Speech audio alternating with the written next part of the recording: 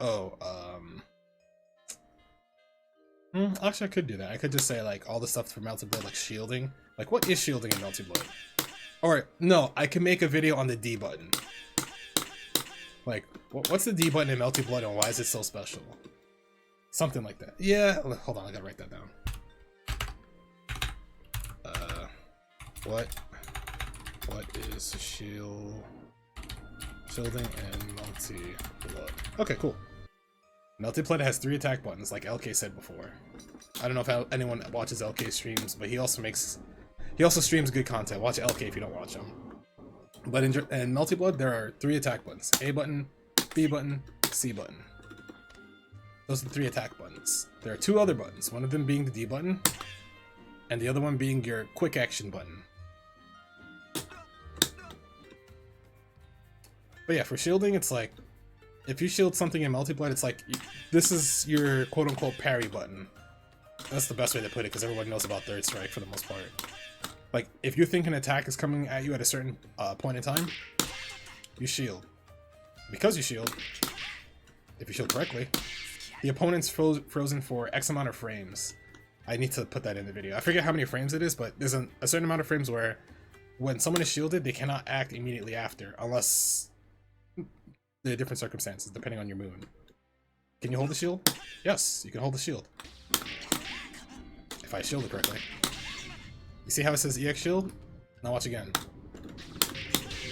You see how it says normal shield? So the difference between EX and normal is EX lets, for Crescent, EX can move immediately after. They can do literally whatever they want. I can jump. I can press 2A. DP. Arc Drive. Arc Drive is like super, honestly. But you see how like you can move immediately after with the EX shield, right? How long the EX shield window? It's kind of short. It's like 2 frames, 3 frames. It's like a similar. Is this similar to Third Strike? I gotta like. I'll make a video on this because I got the idea just now, but when I get the proper frame data for how long this lasts, I'll let you know in the video.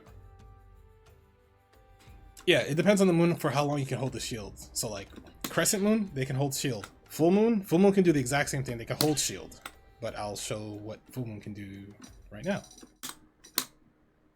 Okay, so Full Moon can hold this shield like Crescent Moon. High, low, and air, right? The main difference is when you shield something, you heard me press a button, right? Let me show it.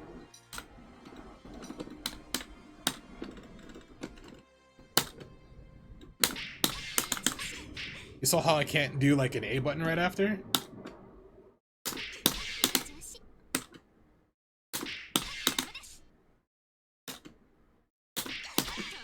You saw how I couldn't jump either?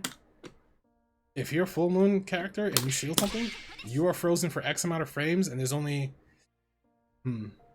Technically, there's 4... Special move, shield counter... special move, shield counter...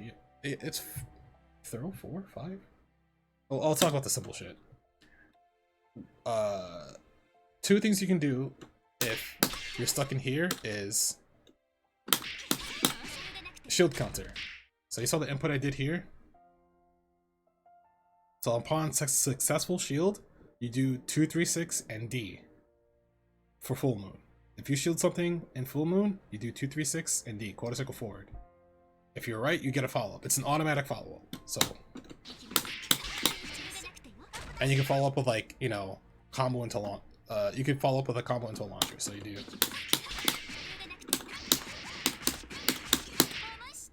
easy. Otherwise, if you don't think you want to do a shield counter, you can do an actual DP. You can do... You can do special moves out of shield. So if you shield something, you do a special move. Try to do it right there.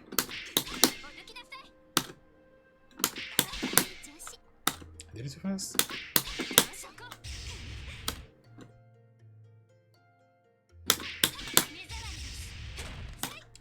This applies for EXs as well, I'm pretty sure.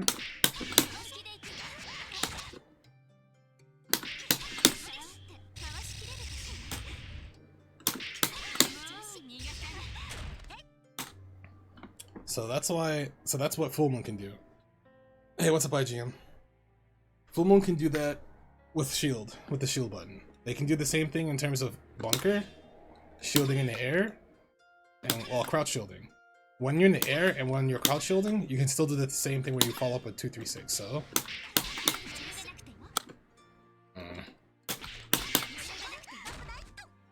You can do it in the air too. So if you shield something in the air, you input 236D in the air and you got it.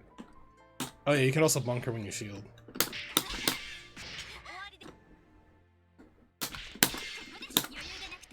So as long as you successfully shield something in the air, you can do a very delayed 236D. As long as you've shielded something. So you don't have to do it immediately. You can wait like super long until you hit the ground. Which is very important. Because there are some times where you're not sure if you want to do it immediately, or you're just trying to bait the opponent to like fly at you and get hit by it. So for Half Moon, they cannot hold shield. You get the immediate shield press. That's it. It's just the immediate shield press. They can bunker as well, but by doing 2 and 4D, you bunker, slap. There's no 236. You get an automatic follow-up though if you shield something, so that happens no matter what. You get a shield, you get a follow-up if you shield a physical move. So I'm gonna do, so if you do a standing shield, it launches them. If you do a low shield, it trips them up. Same thing for the air. Can I do this correctly?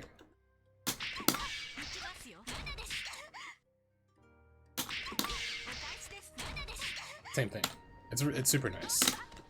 Depending on if you don't want to do a follow-up or press another button, it'll just happen for you.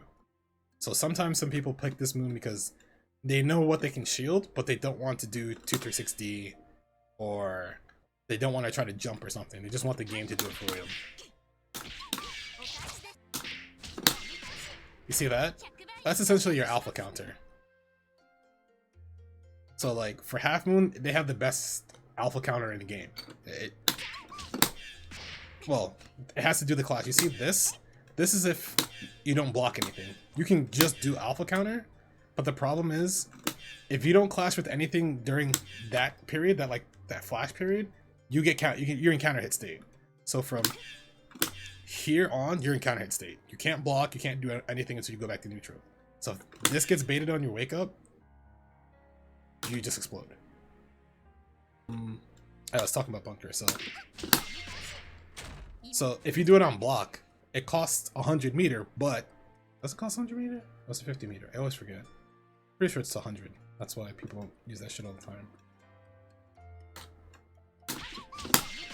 The reason why that's so strong is because you're fully invulnerable when you do it out of block.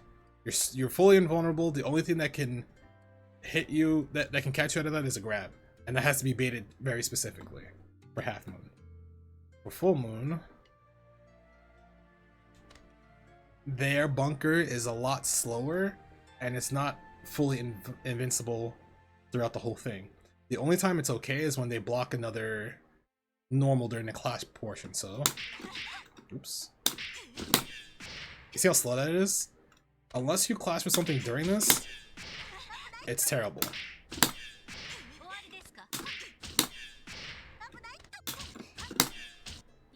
So for Crescent and Full Moon, when they do that on block, it costs 50 meter.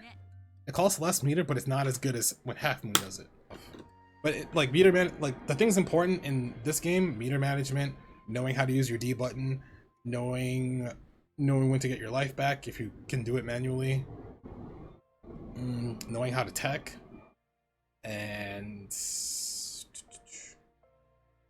option selecting throw a good idea?